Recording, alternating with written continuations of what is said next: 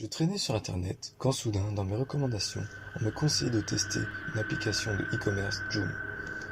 D'après ce que j'avais pu lire, c'est une sorte de Wish en moins cher. Je me suis demandé jusqu'où vont aller ces vendeurs pour vendre leurs produits chinois de basse qualité. Mais comme j'étais curieux de voir la qualité de ce fameux produit, j'ai installé l'application. Une fois que j'ai fini de créer mon compte, j'ai consulté les suggestions. Et là, au milieu de choses sans intérêt, je vis une offre qui me laissait dubitatif. Un téléphone à peine 30€. Oui, 30€. Sur le coup, je me suis dit que c'était une arnaque.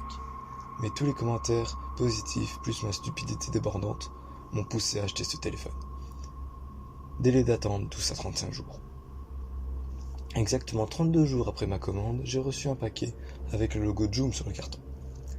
Je l'ai ouvert et à ma plus grande surprise, il y avait vraiment un téléphone à l'intérieur. En plus, il paraissait encore très récent. Mais il n'y avait ni chargeur ni écouteur. À vrai dire, à part les boutons volume et power, il n'y avait rien d'autre sur le téléphone. Pas de prise pour brancher ses écouteurs, ni pour le charger. Je l'ai allumé, et là, l'écran était magnifique. Le plus beau de tous les écrans de téléphone. Une fois le téléphone démarré, j'ai directement vu l'application Facebook qui était installée. En fait, il n'y avait que cette application. Pas Google, pas YouTube, ni même les SMS. Rien à part Facebook. Curieux, je lance l'application. Et là, ce n'est pas le Facebook qu'on connaît. À la place de voir la vie stupide des gens, je voyais la position exacte de mes amis. Notamment la position de ma meilleure amie qui était au restaurant ce soir. J'ai cliqué dessus et un message russe est apparu, avec deux rectangles, un rouge, un vert. L'inscription écrite dessus était en russe aussi. J'ai cliqué sur le rectangle vert et là, un compte à rebours de 5 minutes a commencé. Je n'ai pas compris, donc j'ai cliqué sur le seul bouton qu'il y avait. Et là, le temps est passé à 3 minutes. Je ne savais pas quoi faire, donc j'ai attendu.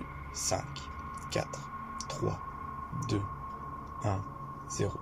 Et là, le point de ma meilleure amie a disparu. L'application m'a redirigé vers le fil d'actualité, où dans ma story, il y avait la tête décapitée de ma meilleure amie. Je n'en revenais pas. Tous mes amis avaient commenté cette photo en disant que c'était répugnant, ou d'autres pensaient que c'était une blague de ma part. Moi aussi d'ailleurs, mais quand j'ai vu une fenêtre avec une rançon pour le meurtre de ma meilleure amie qui s'est affichée sur le téléphone, j'ai paniqué. Je venais de tuer ma meilleure amie. Après de longues minutes pour me remettre de mes émotions, j'ai lu attentivement ce qui était inscrit sur la fenêtre. Il ne me restait plus que 2 minutes pour payer 1,5 million à cette type, sinon je le payerais de ma vie. J'ai essayé de l'éteindre, mais une fenêtre est apparue avec une carte. Elle indiquait un point qui se dirigeait vers ma maison. Il ne me restait plus qu'une minute. Ça y est, c'est la fin. Il frappe à ma porte. Je ne peux rien faire. Si je peux vous dire une dernière chose, ne commandez pas sur Joom. C'est un conseil d'ami que je vous donne.